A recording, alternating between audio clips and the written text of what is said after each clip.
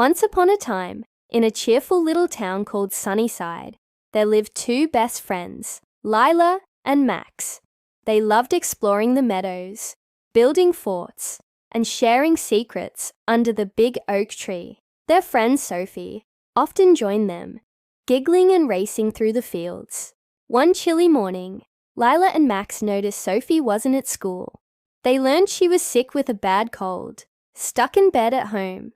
Lila, who came from a wealthy family, had a kind heart that shone brighter than all the gold in her house.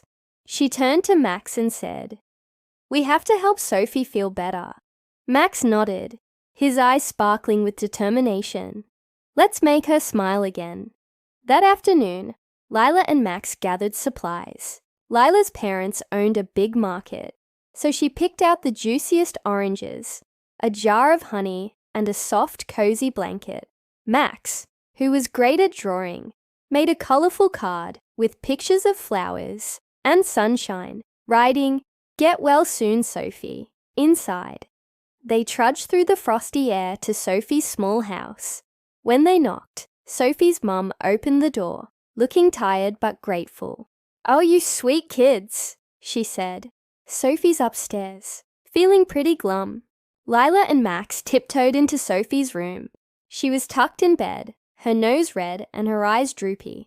"Hi," she whispered, managing a weak smile. Lila gently placed the blanket over Sophie.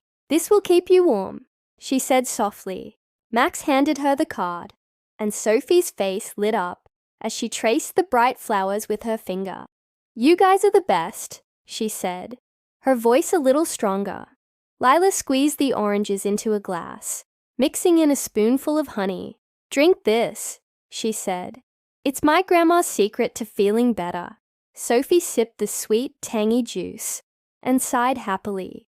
Max sat by her bed and told funny stories about their adventures, like the time they got stuck in a muddy puddle and laughed so hard they forgot to be mad.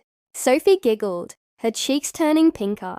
Every day after school, Lila and Max visited Sophie. Lila brought warm soup from her family's kitchen, and Max read her favorite stories, doing silly voices for each character. They even helped tidy her room, fluffing her pillows, and opening the window to let in fresh air. One sunny morning, Sophie bounced out of bed, feeling as good as new. She ran to the meadow where Lila and Max were waiting. "I'm back," she shouted, hugging them tightly. "Thank you for taking care of me. You're the best friends ever." Lila grinned. "That's what friends do, help each other, no matter what." Max nodded, adding, "And it was kind of fun being your nurses." The three friends laughed and raced to the oak tree, their hearts full of joy. From that day on, they knew that kindness and friendship could make even the gloomiest days bright again, and they all lived happily ever after, sharing adventures and taking care of each other always.